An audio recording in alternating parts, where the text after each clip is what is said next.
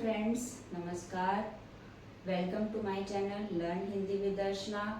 आज मैं आपके सामने एक टॉपिक डिस्कस करूंगी, उस पर चर्चा करूंगी और एक विशेष जानकारी दूंगी जो कि आपके एग्जाम में आपके लिए बहुत यूजफुल हो सकती है।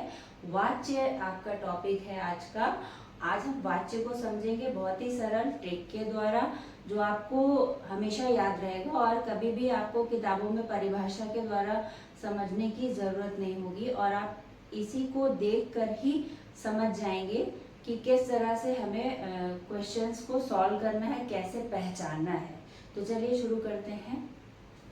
देखिए, वाच्य टॉपिक हमारा आज का है। तो वाच्य में हम सबसे पहले क्या देखते हैं, जो क्रिया का प्रयोग देखते हैं वो किसके द्वारा निर्धारित होता है, कर्ता, कर्म या भाव के द्वारा। यानी क्रिया का जो हम प्रयोग करेंगे वो कर्ता, कर्म और भाव के ही अनुसार करते हैं और इसी को हम क्या कहते हैं, वाच्य कहते हैं। ठीक है, तो जब भी कोई भी वाच्य की परिभाषा हो तो बहुत ही साधारण है। तीन चीजों की हम प्रधानता इसमें देखते हैं, कर्ता, कर्म या भाव, और इसी के अनुसार क्रिया को हम लगाते हैं। तो अब वाच्य के भाग पर आते हैं कि इसके कितने भेद होते हैं, कितने प्रकार होते हैं। तो वाच्य के मुख्य रूप से कितने प्रकार हैं, तीन है। यहाँ पर तीन प्रकार हैं। पहला है कर्तृवाच्य, दूसरा है कर्मवाच्य और तीसरा क्या है, भाववाच्य है। ठीक है, तो भाववाच्य, कर्तृवाच्य और कर्मवाच्य, ये तीन प्रकार के वाच्य बताए गए हैं। सबसे पहला जो वाच्य है वो है कर्तृवाच्य। इसमें क्या करते हैं हम, सबसे पहले ये देखते हैं कि इसमें किस चीज की प्रधानता है। कर्ता की प्रधानता होती है इसमें सबसे पहले, और कर्ता के अनुसार ही हम किसका प्रयोग करते हैं, क्रिया का। जो भी हमारा कर्ता है ये हमारा कर्ता होगा और हम उसके अनुसार ही क्रिया को वहां पर प्रयोग करेंगे। यानी कि क्रिया का प्रयोग जो करेंगे वो कर्ता के अनुसार होगा। दूसरी जो मेन चीज ध्यान देने योग्य है वो ये है, सबसे पहले हम क्या पहचाने, मतलब पहचाने कैसे कि इसमें कर्तृवाच्य है। तो उसमें हमें कुछ चीजों को ध्यान में रखना होगा। सबसे पहले हम ये देखेंगे कि कर्ता का जो चिन्ह है, हमारा कारक के जो चिन्ह होते हैं उसमें ने होता है। तो ने हम देखेंगे किसी वाक्य में यदि कर्ता के बाद ने आया है तो वो कर्तृवाच्य होगा। दूसरा, कभी कभी ऐसे भी वाक्य होते हैं जिसमें ने नहीं दिया होता है, तो हम वहां पर क्या देखेंगे, वहां पर हम देखेंगे जीरो चिन्ह होता है, मतलब कोई भी चिन्ह ना दिया हो। जैसे यहाँ पे मोहन किताब पढ़ता है तो यहाँ पे देखिए ने का प्रयोग नहीं हुआ है, यहाँ पे शून्य है, शून्य चिन्ह है। तो ऐसी स्थिति में हम क्या करेंगे, तो भी हम उसको कर्तवाच्य ही मानेंगे। ठीक है, तो ये चीजें ज्यादा होती हैं, आपको ध्यान देने योग्य, उसको आपको ध्यान रखना है। ठीक है, और दूसरी चीज क्या है आपको ध्यान देने योग्य है, वो क्या है,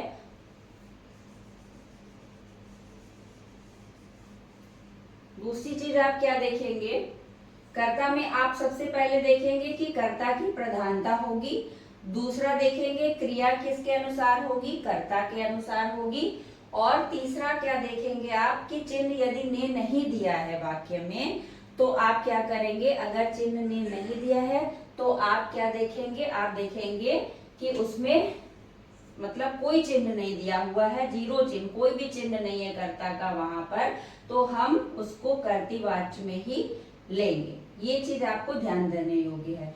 अब देखिए यहाँ पर मोहन किताब पढ़ता है, ने नहीं दिया हुआ है। शीला स्कूल जाती है, ने नहीं दिया हुआ है। तो हम यहाँ पर चिन्ह को नहीं देख रहे हैं क्योंकि इसमें जीरो चिन्ह की भी स्थिति होती है, तो वहां पर हम इसे कर्तृवाच्य ही मानेंगे क्योंकि कर्ता यहाँ पर प्रधान है और कर्ता के द्वारा क्रिया हो रही है। इस आधार पर भी हम इसे कर्तृवाच्य समझेंगे। इतनी चीज आपको क्लियर हो गई है। दूसरा देखिए, शीला स्कूल जाती है, इसमें भी कर्ता प्रधान है।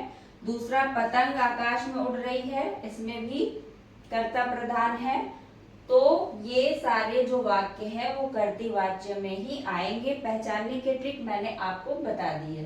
अब आप सेकेंड पॉइंट जो हमारा है वो क्या है, कर्मवाच्य है। तो हमें कर्मवाच्य में क्या देखना है, सबसे पहले तो हमें देखना है कि वाक्य में किसकी प्रधानता होनी चाहिए, कर्म की। जो भी वाक्य हमारा होगा उसमें कर्म प्रधान होगा, ठीक है।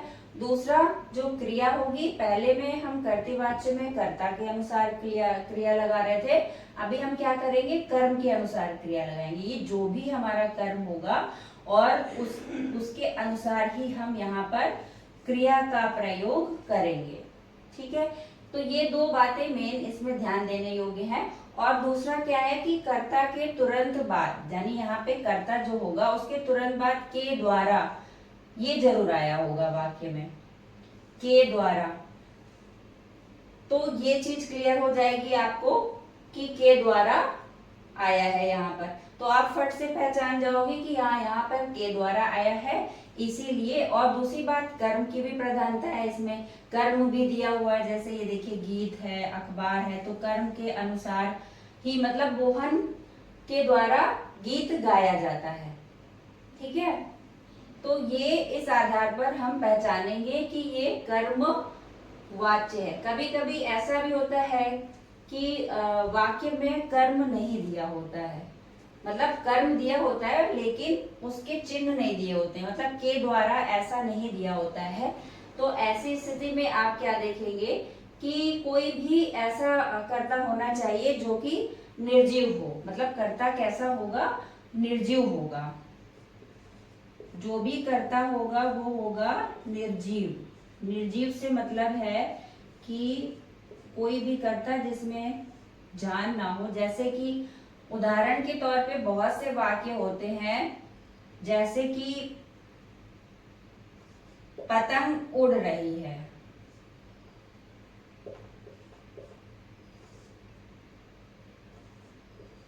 पतंग उड़ रही है, सड़क बनी है,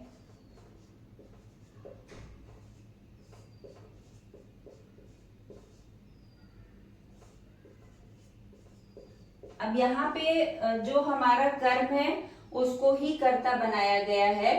तो इस आधार पर आप देखिए, पतंग भी निर्जीव है, क्योंकि पतंग किसी के उससे तो होता नहीं है कि ये निर्जीव है कि अपने आप उड़ने लग जाएगी। और ये सड़क है, सड़क भी निर्जीव में ही आती है। तो वहां पर हम देखेंगे जहां पर के द्वारा चिन्ह ना हो, तो हम ये देखेंगे कि कर्ता जो हमारा है वो निर्जीव होना चाहिए। तो ऐसी स्थिति में भी हम क्या करेंगे, उसको कर्म वाच्य में ही लेंगे। और दूसरा देखेंगे कि के द्वारा चिन्ह दिया होगा और कर्म की प्रधानता होगी, तो वहां पर हम क्या करेंगे, कर्मवाच्य ही समझेंगे उस वाक्य को। तो इस आधार पर आप वाक्यों को आसानी से पहचान जाएंगे, आपको कोई भी प्रॉब्लम नहीं होगी। और जो तीसरा हमारा पॉइंट वो है, वो क्या है, वो है भाववाच्य। तो भाववाच्य में क्या होता है, सबसे पहले भाव की प्रधानता होगी उसमें, ठीक है। और दूसरा क्या होगा, भाव की प्रधानता के अलावा उसमें हम क्या देखेंगे, जो क्रिया होगी हमारी अकर्मक ही होगी।